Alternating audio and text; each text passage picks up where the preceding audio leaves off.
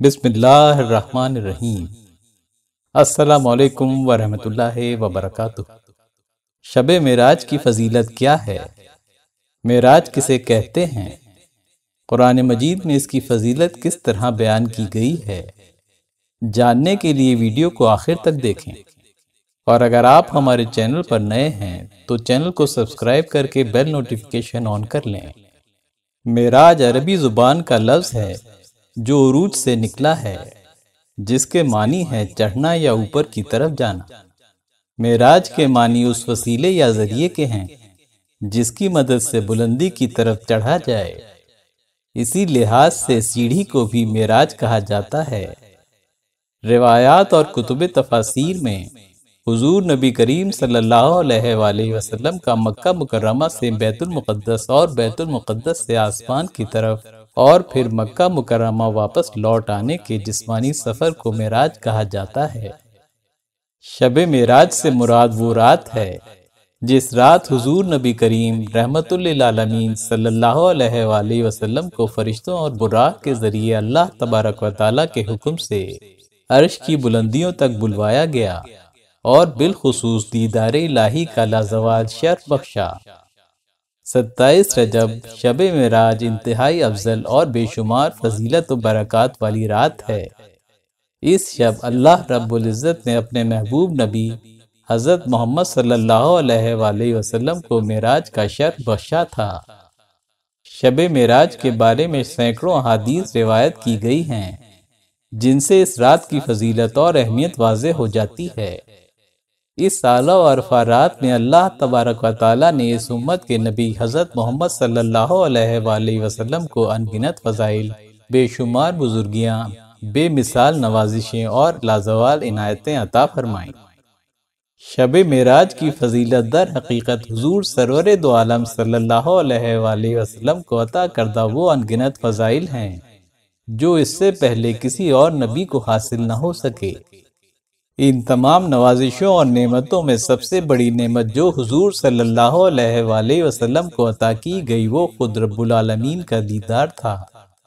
اس کے علاوہ وہ تمام معجزات اور امتیازات آپ صلی اللہ علیہ وآلہ وسلم کو عطا کیے گئے جو دیگر انبیاء علیہ السلام کو ان کی شان، درجے اور رتبے کے مطابق عطا کیے گئے تھے۔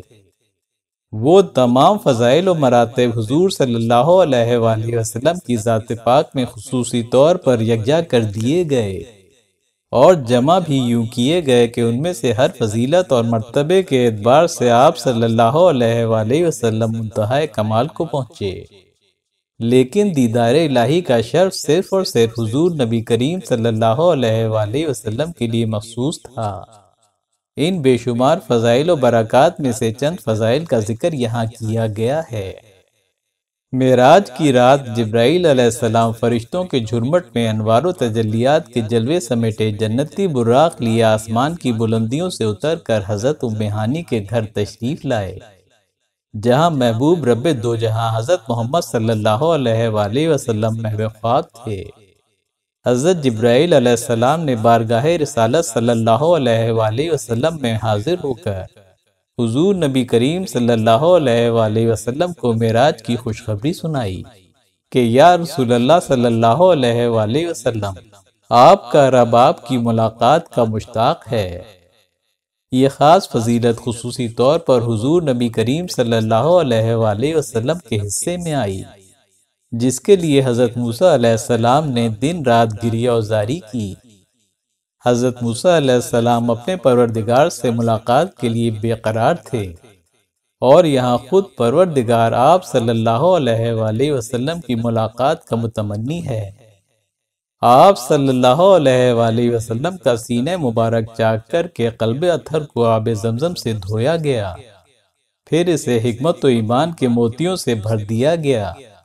اس میں ایک حکمت یہ ہے کہ سفر معراج شروع کرنے سے پہلے قلب اطہر میں ایسی قوت شامل ہو جائے جس سے آسمانوں پر تشریف لے جانے اور عالم سماوات کا مشاہدہ کرنے اور بالخصوص دیدار الہی کے ذاتی انوار و تجلیات کے فیض کو کما حق اپنے اندر جذب کرنے میں کوئی دقت و دشواری پیش نہ آئے۔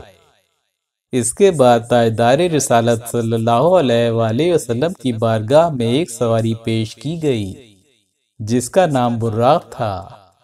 اس کا رنگ چمکدار اور سفید تھا۔ اس سبک رفتار سواری براق کی رفتار کا یہ عالم تھا کہ جہاں سوار کی نظر پڑتی وہاں اس کا قدم پڑتا تھا۔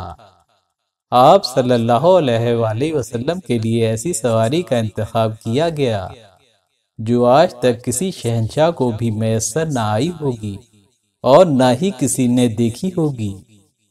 تفسیر روح البیان میں ہے کہ نبی کریم صلی اللہ علیہ وآلہ وسلم سے پہلے براق پر کوئی سوار نہیں ہوا تھا۔ حضور نبی کریم صلی اللہ علیہ وآلہ وسلم کو انتہائی اکرام و احترام سے براق پر سوار کروا کر بڑی شان و شوکت سے بیت المقدس کی طرف لے جایا گیا۔ آپ صلی اللہ علیہ وآلہ وسلم نے یہ سفر آن کی آن میں نہایت برق رفتاری سے طے فرمایا۔ راستے میں 4 مقامات پر جبرائیل امین نے آپ صلی اللہ علیہ وآلہ وسلم سے نفل نماز ادا کرنے کی درخواست کی۔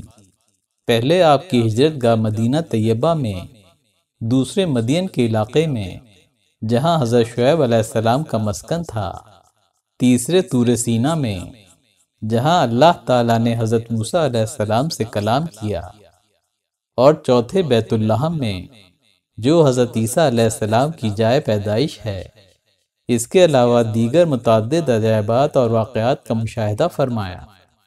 بیت المقدس پہنچنے پر تقریباً 1,24,000 انبیاء و مرسلین استقبال کے لیے بےتاب تھے۔ حضور صلی اللہ علیہ وآلہ وسلم نے ان سے مصافحہ کیا اور اس مقام پر تشریف فرما ہوئے جسے باب محمد کہا جاتا ہے۔ صحن حرم میں جبرائیل علیہ السلام نے اذان دی اور تمام انبیاء و مرسلین صفیں باندھ کر کھڑے ہو گئے۔ پھر امام الانبیاء فخر دو جہاں حضرت محمد صلی اللہ علیہ وآلہ وسلم نے امامت فرمائی۔ تمام انبیاء و مرسلین نے امام الانبیاء حضرت محمد صلی اللہ علیہ وآلہ وسلم کی اقتداء میں 2 رکعت نماز ادا کرنے کا شرف حاصل کیا۔ ملائکہ اور انبیاء کرام سب کے سب سر تسلیم خم کیے ہوئے کھڑے تھے۔ بیت المقدس کے در و دیوار نے اس سے قبل ایسا دلنشین منظر اور روح پرور سما نہیں دیکھا تھا۔ جب ہر زمینی عظمت نبی پاک صلی اللہ علیہ وآلہ وسلم کے قدموں کو چوم چکی تو یہاں سے آسمانی سفر کا آغاز ہوا۔ سرور کون و مکان حضرت محمد مصطفیٰ صلی اللہ علیہ وآلہ وسلم فرشتوں کے جھرمٹ میں آسمانوں کی جانب روانہ ہوئے۔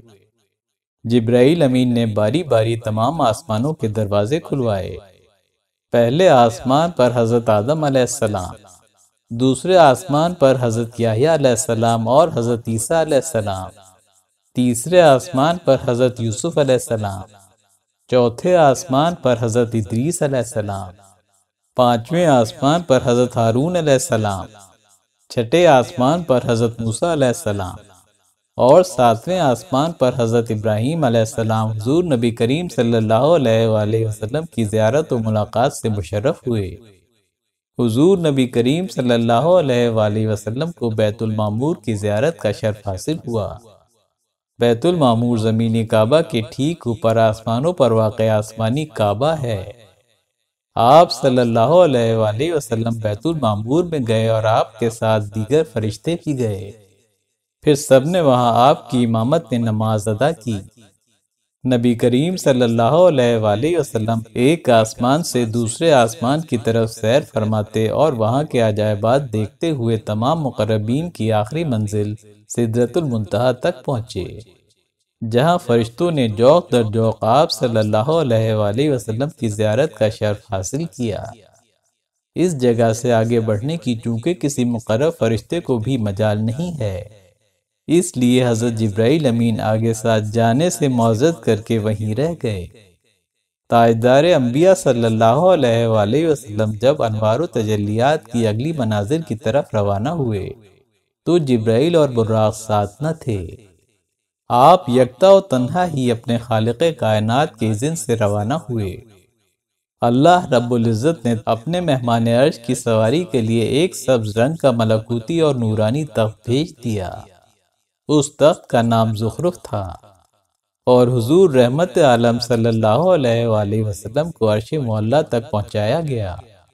جہاں خود رب دو جہاں نے آپ صلی اللہ علیہ وآلہ وسلم کا استقبال فرمایا، وہاں رسول اللہ صلی اللہ علیہ وآلہ وسلم پر خاص رحمت و کرم ہوا، اور آپ صلی اللہ علیہ وآلہ وسلم انعامات الہیہ اور خاص نعمتوں سے سرفراز فرمائے گئے۔ زمین و آسمان کی بادشاہت اور افضل و برتر علوم حاصل کیے۔ اس موقع پر امت کے لیے 50 نمازیں فرض ہوئیں، جو بعد میں تخفیف کر کے 5 کر دی گئیں، لیکن ثواب وہی 50 نمازوں کے برابر مقرر ہوا۔ نبی کریم صلی اللہ علیہ وآلہ وسلم نے بعض گناہگاروں کی شفاعت فرمائی، جنت و دوزخ کی سیر کی، اور تمام کائنات کے خزانوں کی کنجیاں آپ صلی اللہ علیہ وآلہ وسلم کو عطا کی گئیں۔ اس عظیم الشان واقعے میں اللہ تعالیٰ کی قدرت کی بڑی بڑی نشانیاں موجود ہیں۔ جب اللہ تعالیٰ نے اپنے محبوب پیغمبر کو اپنی قدرت کی نشانیاں دکھانے کے لیے بلوایا تو اس میں کتنا وقت لگا، اس کا اندازہ لگانا انسانی عقل کے بس کی بات نہیں۔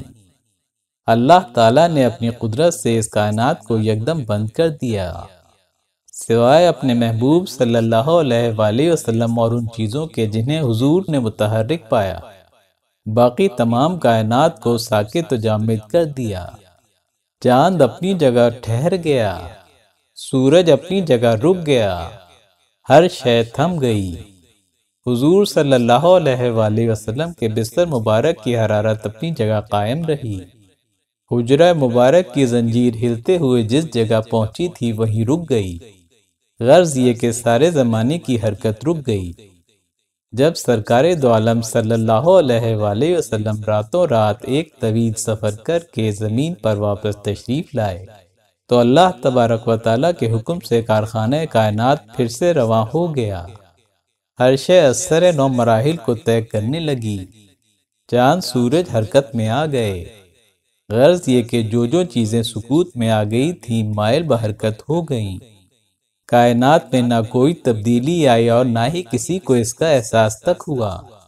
یہ ایک قلیل ترین مدت میں طے کیا گیا طویل ترین سفر تھا، جس کی تصدیق سب سے پہلے جناب حضرت ابوبکر صدیق رضی اللہ تعالیٰ عنہ نے کی، جس کی بنا پر انہیں صدیق اکبر کا لقب عطا کیا گیا۔ قرآن مجید میں سورہ اسراء کی پہلی آیت میں سفر معراج کے پہلے مرحلے کی وضاحت دی گئی ہے، جس میں حضور صلی اللہ علیہ وآلہ وسلم نے مسجد حرام سے مسجد اقصی تک کا سفر طے کیا، اور اس دوران اللہ تبارک و تعالیٰ کی قدرت کی نشانیوں کا مشاہدہ کیا۔ چنانچہ ارشاد ہوتا ہے، پاک ہے وہ ذات جو رات کے تھوڑے سے حصے میں اپنے بندے کو مسجد حرام سے مسجد اقصی تک لے گئی، جس کے گردا گرد ہم نے برکتیں رکھی ہیں تاکہ ہم اس کو اپنی قدرت کی نشانیاں دکھائیں۔ بے شک وہی خوب سننے والا خوب دیکھنے والا ہے۔ جبکہ اس سفر کے دوسرے مرحلے کی عکاسی سورہ نجم کی ابتدائی آیات میں کی گئی، جس میں بیت المقدس سے آسمانوں اور اس سے آگے سدرۃ المنتہی اور عرش معلیٰ کی جانب آپ صلی اللہ علیہ وآلہ وسلم کو شرف باریابی عطا ہوا۔ ارشاد باری تعالیٰ ہے، قسم ہے روشن ستارے محمد صلی اللہ علیہ وآلہ وسلم کی، جب وہ چشم زدن میں شب معراج اوپر جا کر نیچے اترے، تمہیں اپنی صحبت سے نوازنے والے یعنی رسول اللہ صلی اللہ علیہ وآلہ وسلم نہ کبھی راہ بھولے اور نہ کبھی راہ بھٹکے، اور وہ اپنی خواہش سے کلام نہیں کرتے۔ ان کا ارشاد سراسر وہی ہوتا ہے جو انہیں کی جاتی ہے۔ ان کو بڑی قوتوں والے رب نے براہ راست علم کامل سے نوازا، جو حسن مطلق ہے۔ پھر اس جلوہ حسن نے اپنے ظہور کا ارادہ فرمایا، اور وہ محمد صلی اللہ علیہ وآلہ وسلم شب معراج عالم مکہ کے سب سے اونچے کنارے پر تھے۔ پھر وہ رب العزت اپنے حبیب محمد صلی اللہ علیہ وآلہ وسلم سے قریب ہوا، پھر اور زیادہ قریب ہو گیا۔ پھر جلوہ حق اور حبیب مکرم میں 2 کمانوں کی مقدار فاصلہ رہ گیا، یا انتہائی قرب میں اس سے بھی کم ہو گیا۔ پس اس خاص مقام قرب و وصال پر اس اللہ نے اپنے محبوب کی طرف وحی فرمائی، جو بھی وحی فرمائی۔ ان کے دل نے اس کے خلاف نہیں جانا جو ان کی آنکھوں نے دیکھا۔ کیا تم ان سے اس پر جھگڑتے ہو کہ جو انہوں نے دیکھا؟ اور بے شک انہوں نے تو اس جلوہ حق کو دوسری مرتبہ پھر دیکھا، سدرۃ المنتہا کے قریب، اسی کے پاس جنت الماوا ہے۔ جب نور حق کی تجلیات سدرۃ المنتہا کو بھی ڈھانپ رہی تھیں، جو کہ اس پر سایہ فگن تھیں، اور ان کی آنکھ نہ کسی اور طرف مائل ہوئی اور نہ حد سے بڑھی، بے شک انہوں نے معراج کی شب اپنے رب کی بڑی نشانیاں دیکھی۔ ویڈیو پسند آئی ہے تو لائک کریں اور اپنے دوستوں کے ساتھ شیئر کریں، اور کمنٹ سیکشن میں اپنی قیمتی رائے کا اظہار کریں۔ اللہ حافظ۔